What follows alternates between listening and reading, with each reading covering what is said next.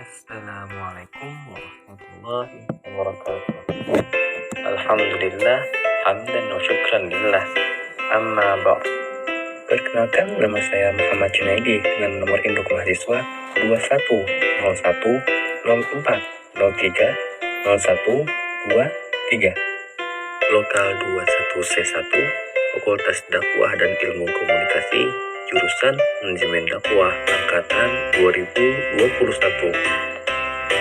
Kali ini saya akan menampilkan sebuah video dalam rangka memenuhi tugas final test mata kuliah Manajemen Dakwah yang diampu oleh Ibu Rizkiatul Hasanah S.Sos M.Sos tentang mind mapping atau peta konsep manajemen dakwah.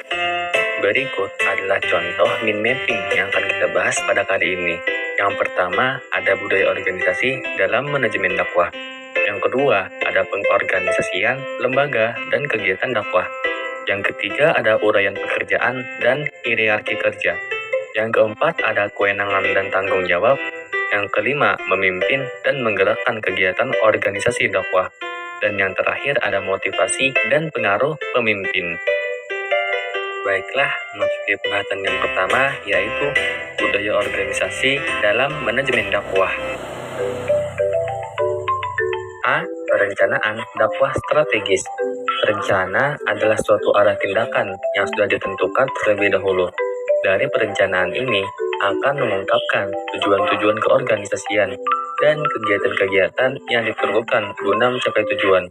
Secara alami, perencanaan ini merupakan bagian dari sunnatullah, yaitu dengan melihat bagaimana Allah Subhanahu wa Ta'ala menciptakan alam semesta dengan hak dan perencanaan yang matang disertai dengan tujuan yang jelas. B. Manfaat perencanaan. Perencanaan merupakan sesuatu yang sangat urgen dan dapat memberi manfaat bagi keberhasilan aktivitas dakwah, yaitu antara lain dapat memberikan batasan, tujuan, atau saran dan target dakwah, sehingga mampu mengarahkan para dai secara tepat dan maksimal. Yang kedua, menghindari penggunaan secara sporadis sumber daya insani, dan menghindari pula benturan di antara aktivitas dakwah yang tumpang tindih. Yang ketiga, dapat melakukan prediksi dan antisipasi mengenai berbagai problema dan merupakan sebuah persiapan diri untuk memecahkan masalah dakwah dan lain-lain. C. Jenis-jenis perencanaan dakwah. 1. Rencana strategis versus rencana operasional.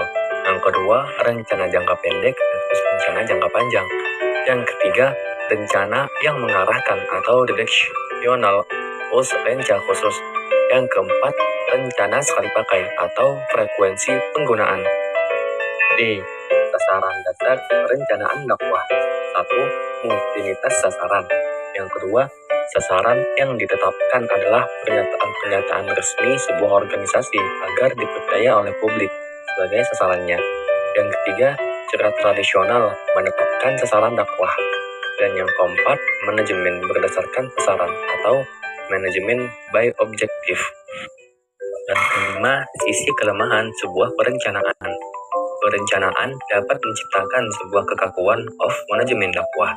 Usaha-usaha perencanaan yang sifatnya formal dapat mengunci sebuah organisasi ke sasaran tertentu yang harus dicapai dalam batas waktu tertentu. Rencana tidak dapat dikembangkan bagi suatu lingkungan yang dinamis, sebab bagaimanapun juga sebuah organisasi pada era sekarang ada perubahan lingkungan yang dinamis. Akan menghadap, rencana-rencana formal tidak dapat menggantikan intuisi dan kreativitas. Rencana memusatkan perhatian para manajer persaingan. Perencanaan formal memperkuat sukses pada yang bisa menjerumus ke dalam kegagalan. Pembahasan yang kedua yaitu pengorganisasian lembaga dan kegiatan dakwah. A. Bentuk-bentuk organisasi dakwah. 1. Spesialisasi kerja. 2. Departementalisasi dakwah. Yang ketiga, rantai komando. 4. Rantai kendali. 5. Sentralisasi dan desentralisasi. Dan yang keenam, formalisasi dakwah. B. Desain pengorganisasian. 1. Organisasi yang mekanistik, sebuah struktur organisasi yang dicirikan oleh spesialisasi yang tinggi. 2. Organisasi organik, suatu struktur pengorganisasian yang sangat adaptif dan fleksibel dengan spesialisasi kerja yang sedikit. C. Strategi dan struktur dakwah. Inovasi para pelaku dakwah yang akan mencerminkan usaha organisasi, mengejar inovasi menghadapi mad'u. Minimalisasi biaya yang mencerminkan usaha organisasi untuk melakukan pengendalian biaya secara ketat dalam aktivitas dakwah. D. Komunikasi dan desain organisasi dakwah. Penggunaan teknologi informasi sangat memengaruhi cara anggota organisasi dakwah dalam berkomunikasi, menyampaikan informasi, dan dalam melaksanakan aktivitas. Komunikasi dan pertukaran informasi di antara para anggota organisasi tidak lagi dibatasi oleh ruang dan waktu. Tujuan pengorganisasian. Dasar tujuan dari pengorganisasian dakwah adalah 1. Mengorganisasikan berbagai tugas organisasi dakwah. Yang kedua, mengelompokkan pekerjaan-pekerjaan dakwah dalam unit. Yang ketiga, membangun hubungan di kalangan dai, baik secara individual, kelompok, maupun departemen. Yang keempat, menetapkan garis-garis wewenang formal. Dan yang kelima, dapat menyalurkan kegiatan-kegiatan dakwah secara logis dan sistematis. Memasuki pembahasan yang ketiga, yaitu uraian pekerjaan dan hierarki kerja. A. Manajemen puncak. Manajemen puncak atau top level manajemen merupakan tingkat manajemen paling atas dan juga mempunyai otoritas yang paling tinggi pada suatu organisasi perusahaan serta memiliki tanggung jawab langsung pada pemilik perusahaan. B. Manajemen tingkat menengah. Manajemen tingkat menengah memiliki posisi tengah dari hierarki manajemen pada suatu perusahaan. Manajemen menengah ditunjuk langsung oleh manajemen puncak. Tugas dan tanggung jawabnya pun sudah ditentukan oleh manajemen puncak. Mereka yang berada pada tingkat manajemen tengah akan cenderung kerja dengan mengandalkan kemampuan manajerial dan berbagai hal teknis lainnya. Jadi, mereka tidak terlalu membutuhkan kemampuan yang sifatnya lebih konseptual. C. Manajemen tingkat lini pertama. Manajemen lini pertama atau low level manajemen adalah tingkat manajemen yang berada paling rendah dalam suatu organisasi perusahaan. Tugas mereka adalah memimpin dan mengawasi performa tenaga kerja operasional. Oleh karena itu, manajemen tingkat pertama ini akan lebih mengandalkan kemampuan teknikal dan kemampuan komunikasinya. Pembahasan yang keempat yaitu kewenangan dan tanggung jawab. Wewenang adalah kekuasaan resmi yang dimiliki seseorang untuk bertindak dan memerintah orang lain. Tanpa ada wewenang terhadap suatu pekerjaan, janganlah mengerjakan pekerjaan tersebut, karena tidak mempunyai dasar hukum untuk melakukannya. Adapun bentuk-bentuk wewenang seperti di bawah ini. A. Wewenang klaris, tradisional, dan rasional atau legal. B. Wewenang resmi dan tidak resmi. C. Wewenang pribadi dan teritorial. D. Wewenang terbatas dan menyeluruh. E. Tanggung jawab kepala madrasah. F. Pendelegasian wewenang atau otoritas kepala madrasah. Batas-batas wewenang yaitu pertama, sumber daripada authority itu sendiri. Artinya, apabila sumber wewenang itu berasal dari hukum atau surat keputusan, maka batas-batas wewenangnya sudah ada di dalam sumbernya itu. Yang kedua, pertimbangan praktis. Maksudnya, batas-batas wewenang yang diberikan berdasarkan atas pertimbangan situasi dan kondisi yang dilimpahi wewenang. Yang ketiga, bertanggung jawab, bahwa seseorang yang mendapatkan pelimpahan wewenang hendaknya diberikan batasannya, sehingga tanggung jawab yang diminta daripada batasannya akan terasakan sebagai adanya kewajiban dalam menggunakan wewenang untuk menyelesaikan tugas-tugasnya saja, dan bukan untuk tujuan lain-lainnya. Beragam bentuk tanggung jawab, yaitu yang pertama, tanggung jawab kepada Tuhan. Manusia merupakan salah satu dari banyaknya bukti makhluk ciptaan Allah, Tuhan Yang Maha Esa. Yang kedua, tanggung jawab kepada diri sendiri. Yang ketiga, tanggung jawab kepada keluarga. Yang keempat, tanggung jawab kepada lingkungan dan masyarakat. Dan yang kelima, tanggung jawab kepada bangsa dan negara.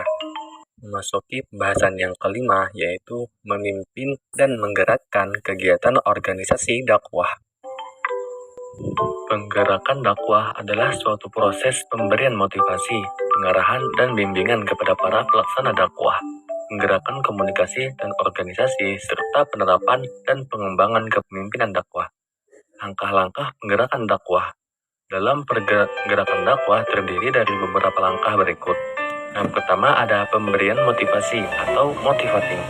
Motivasi mempersoalkan bagaimana caranya mendorong daerah kerja bawahan agar mereka mau bekerja keras dengan memberikan semua kemampuan dan keterampilannya untuk mewujudkan tujuan organisasi atau perusahaan. 10 motivasi merupakan kegiatan yang mengakibatkan, menyalurkan, dan memelihara perilaku manusia. 2. Pembimbingan atau direction. Bimbingan dapat diartikan sebagai tindakan pemimpin dakwah yang dapat menjamin terlaksananya tugas-tugas dakwah sesuai dengan rencana dan ketentuan-ketentuan yang sudah digariskan. Pembimbingan yang dilakukan oleh pemimpin terhadap pelaksana dilakukan dengan jalan memberikan perintah atau petunjuk atau usaha-usaha lain yang bersifat mempengaruhi dan menetapkan arah tindakan mereka. Menjalin hubungan atau coordinating. Hubungan antar anggota dalam sebuah organisasi merupakan aspek penting untuk memenuhi kebutuhan mereka yang bersifat non-materi atau kejiwaan spiritual. Jika kebutuhan spiritual ini dapat terpenuhi, akan mendorong dan memotivasi anggota untuk bekerja lebih optimal. 4. Penyelenggaraan komunikasi atau communication. Secara terminologis, pengertian komunikasi dapat dirumuskan sebagai proses penyampaian suatu pernyataan oleh seseorang kepada orang lain.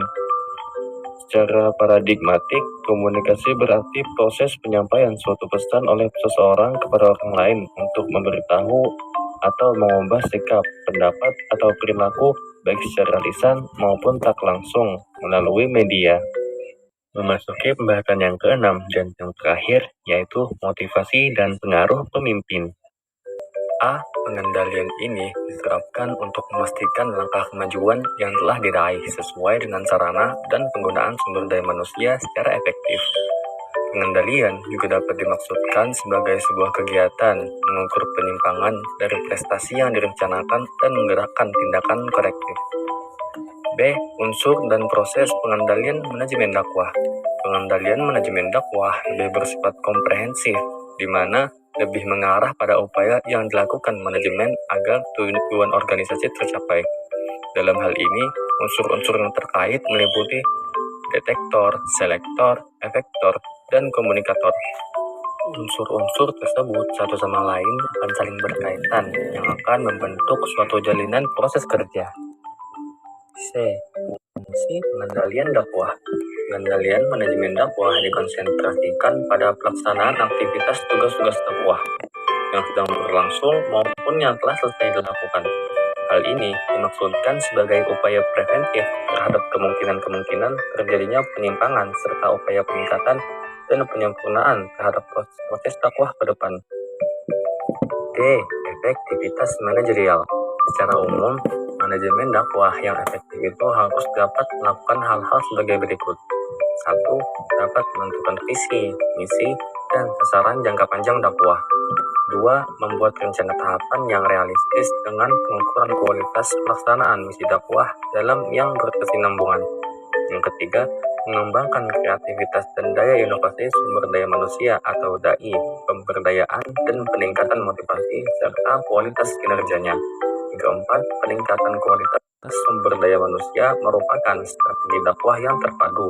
Dan yang kelima, proses pengambilan keputusan dilaksanakan dengan memerhatikan aspirasi mad'u, proses dakwah dan elemen yang terkait melalui komunikasi yang efektif dan efisien.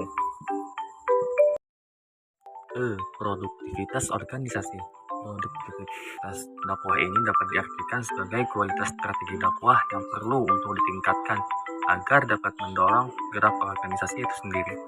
Prinsip-prinsip umum tersebut yang tentu diperhatikan dalam hal ini yaitu yang pertama, fokus utama dari usaha dakwah harus diorientasikan pada mad'u. Yang kedua, kualitas dari kepemimpinan yang memenuhi syarat atau qualified. Yang ketiga, nilai dan perencanaan kualitas sudah diintegrasikan dalam strategi dakwah. Yang keempat, memelihara sebuah kerjasama yang baik antara tim. Yang kelima, pemberdayaan sumber tanggung jawab dan wewenang. Cukup sekian dan terima kasih. Wassalamualaikum warahmatullahi wabarakatuh.